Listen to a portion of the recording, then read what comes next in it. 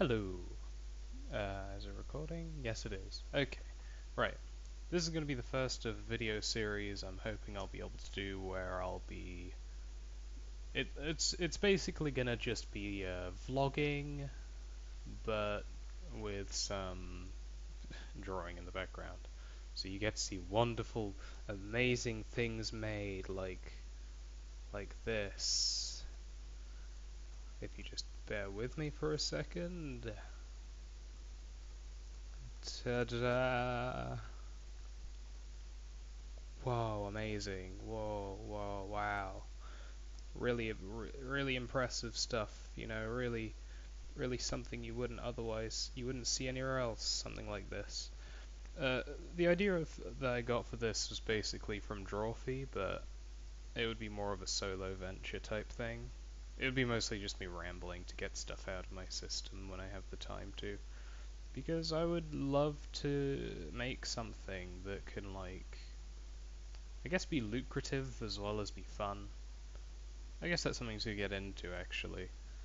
So, these last couple of days, I've been doing a little part-time gig, like serving bars, right? So, I've been expected to. Primarily, the thing I was deemed to do. Mind you, this is a fairly fancy place, so don't take this too literally. But my job was to cut the bread and make sure that that bread was just excellently cut. And I did this as well as just basic dish cleaning, typical waiter job. And the thing I learned was that first of all, it's fucking hard, which is embarrassing, but it's just the way it is. You got to learn stuff as you grow up, and that was a growing experience for me.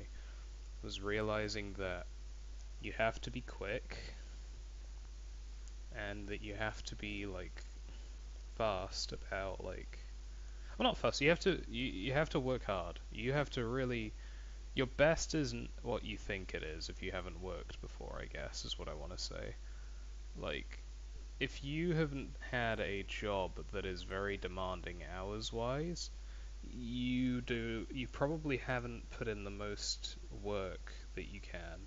And this is coming from someone who I don't know. I've tried pretty hard to get where I am in life. I'm doing a university degree at the moment.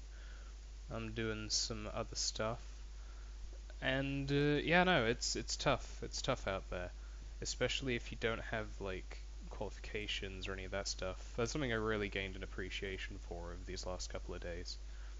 This is probably very basic information, I am aware, but trust me, knowing is different from understanding something. That's really the biggest thing is that you can't just be like, "Oh, I know that." Yes, I know for a fact that I work X amount of hours. Like I had to work, I think it was 50 hours a week, which whatever, that sounds bad, but you don't realize it until you're actually in there doing those 50 hours, not being allowed to sit down or anything. And it definitely does begin to it wears you down so quickly. Like I remember that I was desperately trying to keep drawing on a daily basis while this was happening. And I just simply couldn't keep up with it. I slowly noticed it was beginning to just lose my grip. I couldn't have the determination to keep going with it. And that was scary. The idea that I might not be able to do the thing that I probably enjoy the most. And that was just something I had to accept. That's just something you have to realize as a part of life is that unless you can get by with something, there's a very good chance that you'll never get to do that thing. Like you may very well be just doomed to, I don't know, serve plates at a restaurant or whatever, and that will just be your lot in life. And you gotta adapt in that case. You gotta adapt to enjoy that thing. It's like something that I feel I was raised with a misconception of was you that you can always choose to do something that you enjoy, right? Not really. You kind of have a limited time frame, and then after that, it's like, oh, spend a decade doing this to build up. Was something else that I heard was like, oh boy, yeah, you can work for a decade and like you can then work towards doing the thing you enjoy. But the problem is that let's say that you're, for example, a guitarist. If you spend a decade doing work and you never get to practice doing the guitar, or it's done really infrequently, your ability is just going to disappear, and the time it takes, you'll end up just having to go back to work. Like there's just it's a hole. It's a hole that you can't get out of, really. And that's a little bit scary, to be honest. That's something that, honestly, I've been having to try to come to grips with lately, is just the idea that you really, early in life, I'd say up until 20, you need to put your best in to, like, do what you love, if you love something that much. If you don't, like, then whatever. If you want to, like, just do something that's easy-ish, but you get to, like, have decent hours, my recommendation, do an apprenticeship. As someone doing a degree, it seems a lot more profitable and a lot more, like, it seems like you get a lot more out of it. Or do a job in something that you know is going to be successful in a couple of years. So, if I could turn back the clock and pick something that was just lucrative, I would have gone with computing, probably. Mind you, this is with no knowledge of the subject myself, just what I've heard from people doing the course, that while it seems like it's hard initially, once you're done, you've got your degree, you're pretty much set. Like, you really don't need to worry about anything for the rest of your life at that point, or at least not financially, because you know you got the hardest part out of the way. You got the degree in chemistry, not chemistry, computing, and that's, I don't know. It just seems like something very valuable nowadays. What else? Uh, oh, I guess something else to mention that's pretty important that I feel like people should know. Don't put as much stock into, or something that, like, this is all maybe bad advice. This is just how I'm feeling in the moment, I guess. That's probably how I should frame it. So take what I'm saying with a pinch of salt. But, like, for me personally at least, I have given too much importance to my feelings. In the sense that I have let them get in the way of me getting things done. And that's not good, because you know you need to be able to, like, you need to be able to cope with little things like, you know, failing a year of uni, or like a pet dying, or I don't know. Both of these things have happened to me recently, which is why I bring them up. But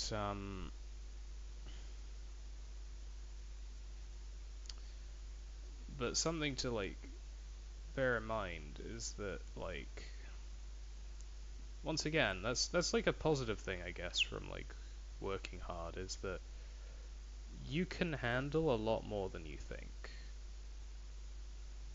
Like, even I don't think I really know what it is to be pushed to my absolute limit either. I think that what I have is my comfort zone, and beyond that, I just get tired, which is the case, I imagine, for everyone. I don't think that's too unique. But, like, just gonna try and get this bit right, because believe it or not, this is my warm-ups for the morning. I have not drawn anything yet today, because it is only 10:30 a.m., which is a lot not later, earlier than I'm normally even awake, but I don't know.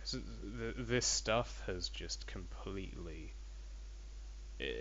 I guess it's changed me in a way, and it's interesting.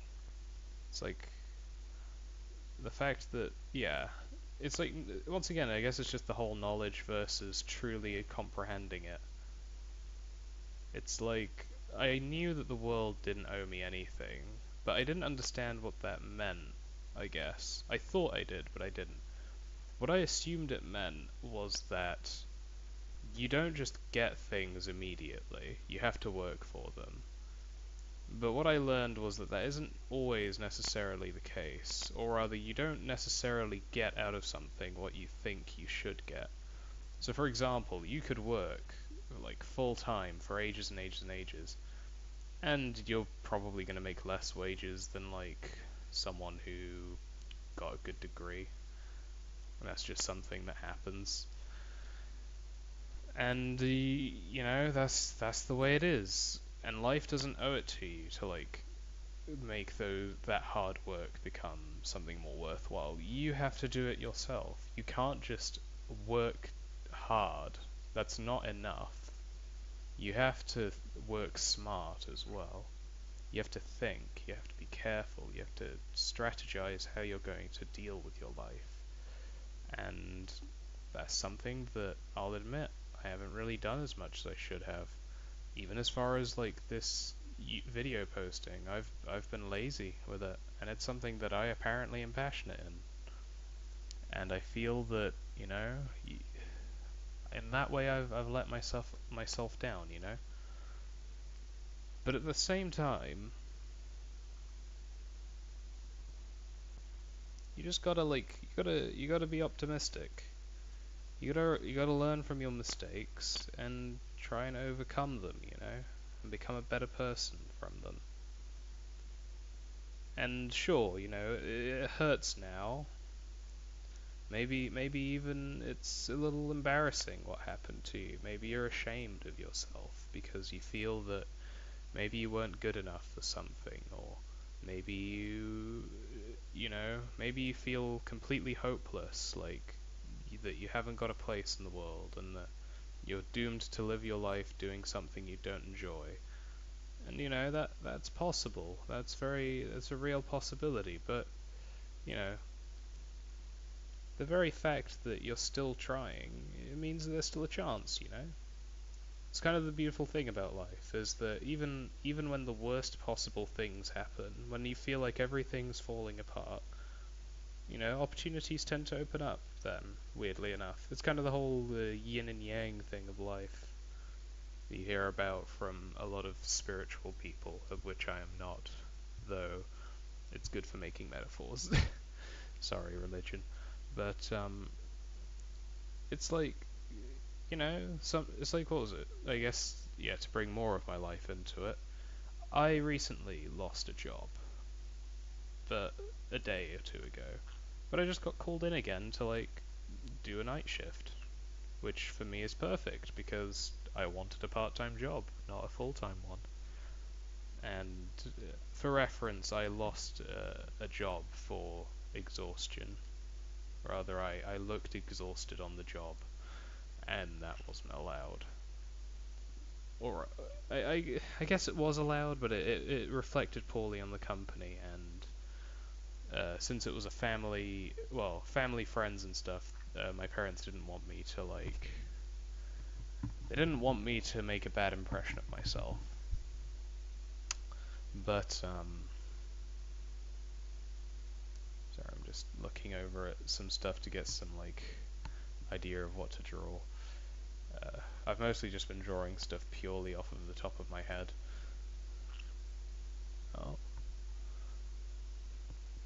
Also, something else is like, if you, I know it's terrible advice probably, but if you think that you can, it's kind of hard to word this without it being like bad advice. Like it's not an easy thing to talk about. Like it might seem like it, but it's not. Um, Talk about your mental problems, deal with them, whatever. Cope with like any issues that you're trying to get through. But whatever you do, don't ever use them as an excuse to not work as hard as you normally would. unless they're like physically debilitating you and leaving you incapable of doing a task, you shouldn't really make any excuse to like slack off, because when you slack off, you're not you're not really resting is the thing. That's the thing that is definitely something to bear in mind when it comes to like excessive relaxation, is that you're more or less just moving that debt of work that you have to do later onto yourself later down the line. Like, you will not be able to relax as much later because you've basically left the work that you were meant to do now to you a few days later. And think of it this way, if you can't handle it now, how are they going to handle it? You know, are they going to be better? I mean, if so, then maybe, but if you can't guarantee that you in the future is going to be better and that you're still going to need to do that work at some point, isn't it better to like just power through and get that thing done?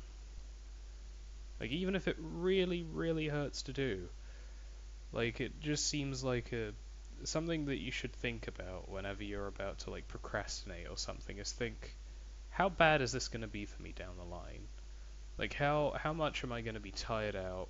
How much is this going to wear me out later down the line when I'm like feeling the exact same mentally, but instead I now have more work to do, and I probably won't complete it to the same capacity as I would have done had I given myself the time I needed. Just food for thought, I guess. But once again, this is all of this stuff I'm saying. It's really basic advice, but it's something you have to go out and experience for yourself, you know? You can't just hear me, some guy on a YouTube channel talking about it. You have to see it for yourself to really understand why I'm saying this. Like, I'll admit, I've been pretty spoiled a lot of my life. At least I feel that way. And as a result, sure, I spent a lot of my time with my head in books and seeing other people's advice and what they told me, and they're telling me stuff that I'm saying right now. But it doesn't ever get into your mind until you really put yourself out there into like the world, and you are forced to like perform beyond what what you've ever thought you could do. And when that happens, you know, you finally understand why those people were so insistent on that. It's not because they think you're dumb or that you don't like hear them, or that you've never heard it before. It's because they want you to understand truly what they mean. Anyway, I've just been that was very pessimistic. Also, for reference, I have a bird called Riley who needs a lot of attention. So if you notice that I've stopped drawing at any point, it's because I'm giving them attention, isn't that right? So yeah, this is just like, if you want to know what my warm-ups are like, it's like this. Highly recommend when sketching, use a sort of a pen with very variable density, because if you don't, let me give you an example. I'm going to do a side by side of a very specific pose. I'll look it up right now. Okay, I've got pose, two people, right? Let me try and do it without marker in a certain time period, while making sure that a certain somebody isn't trying to ruin the cables behind my tablet. Isn't that right, you little criminal?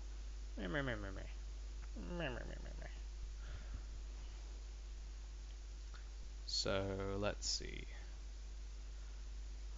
Mind you, I'm not gonna try and, like, intentionally mess it up. I'm just gonna do what I can without looking up photo references. Or rather, while looking at the reference and using this sort of pen. So you see right off the bat, like,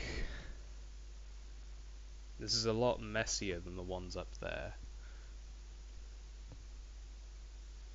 And also you can see that a lot of the sort of detail and such is obscured.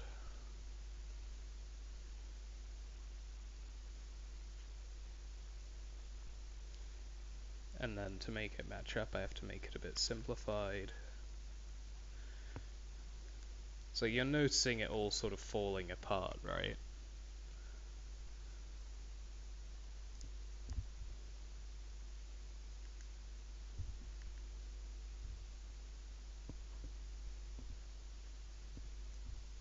So like, in case you're wondering, this one is the person I'm referencing. I will leave an @ for their Twitter for the pose because they first of all drew it. They drew it better than I have, and secondly, their art's alright. They deserve a follow. I will definitely be checking their stuff down the line. But like, yeah, you can see how I very clearly have made a bit of a mess. Like, if you're not me, you don't understand what's going on. Hell, even I don't really understand what's going on here, because it's just a blob of lines for the most part. Like, it doesn't have any kind of form, no structure, nothing. And it doesn't look good. And if you're trying to work on this going into, say, a full colored thing, you're going to find that it's not gonna look very good because it will have very wonky anatomy in places and it won't be consistently done. Now let's try it again, but using a marker pen. Now laying down the found work, or the foundations rather, not the found work. That's not a word.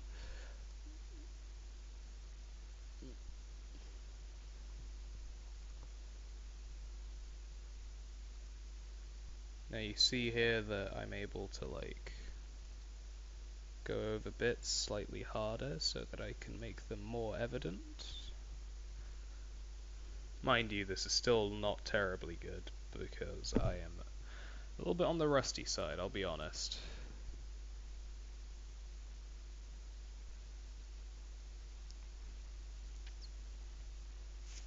Oh, Brib is wanting some more attention, but I can do that while drawing.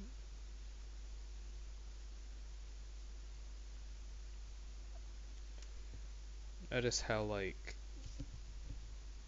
I'm able to add more sort of details and such.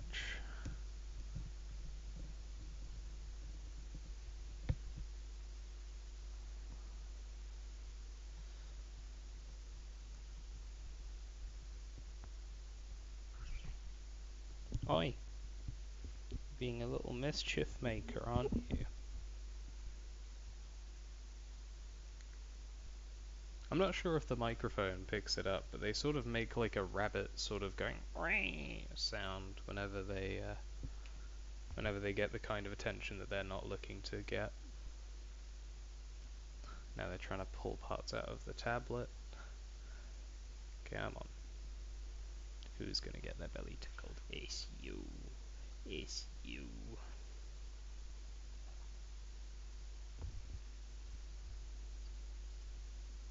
Wow. Yeah, something I have to get used to is like just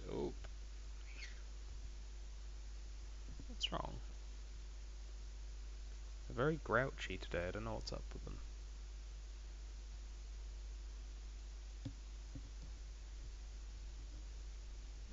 Like, there we go. See? You can tell what's going on in this one. Like, it's a lot more obvious what's happening with the pose and everything.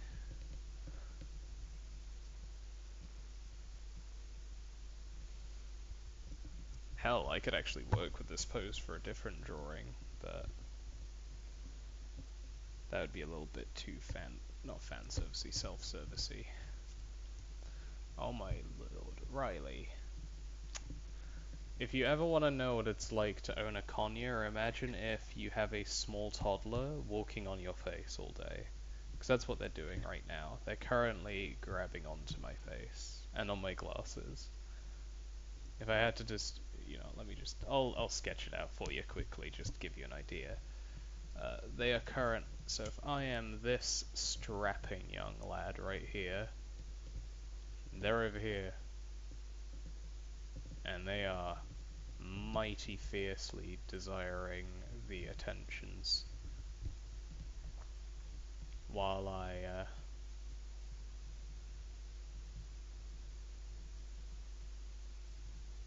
I talk into my mic in my little headset like this.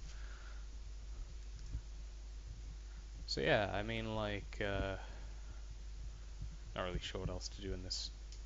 Oof, let's see how much time we have left. Actually, oof, it's actually a little bit hearable through the mic. There we go. Right.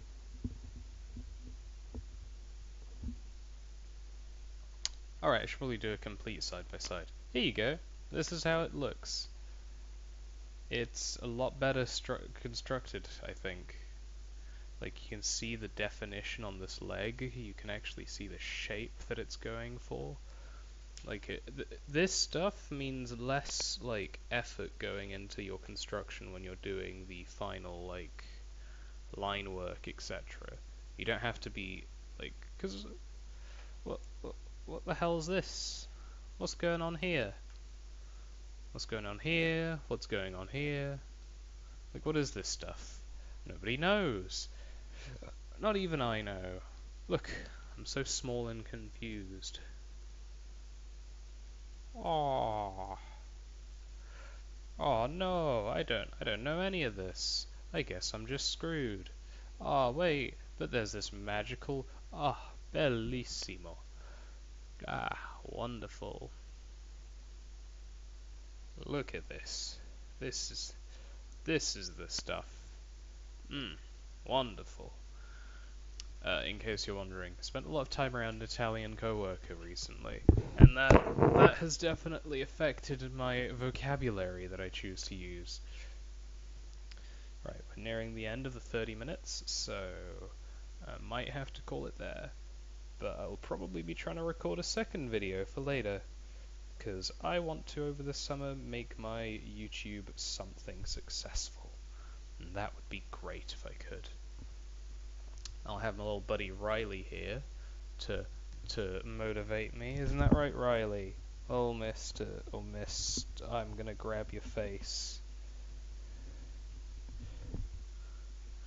Oh no, let go of the glasses. Come on, buddy. You can do an awful lot, but messing with the glasses is strictly off of the agenda. None of that.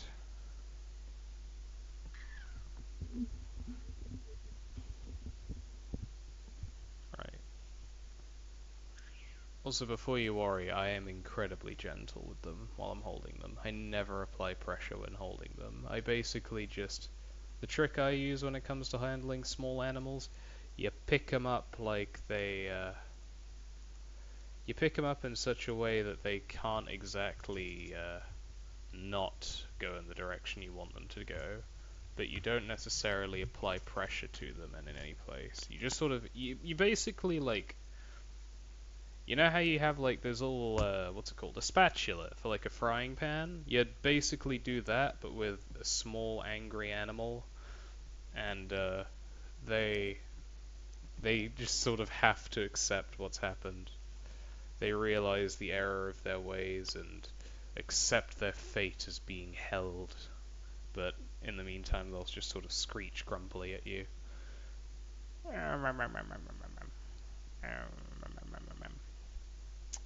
Right. Well, it's 28 minutes, and I mean, we got an okay amount sketched. This wasn't a very productive session in terms of like actual drawing, but this serves as like a introduction, I guess, to what I'm going to be starting. Next video, I aim to be doing a bunch of fully rendered character drawings, as well as giving them personality and such. So yeah, hopefully you enjoy that sort of stuff, where I'll be talking about that. So yeah, for now I guess I'll just leave it at that. I hope you have a lovely day, and see you next time. Riley, do you want to say anything before I go? No? You're just gonna nibble the microphone. Okay. Right. See ya.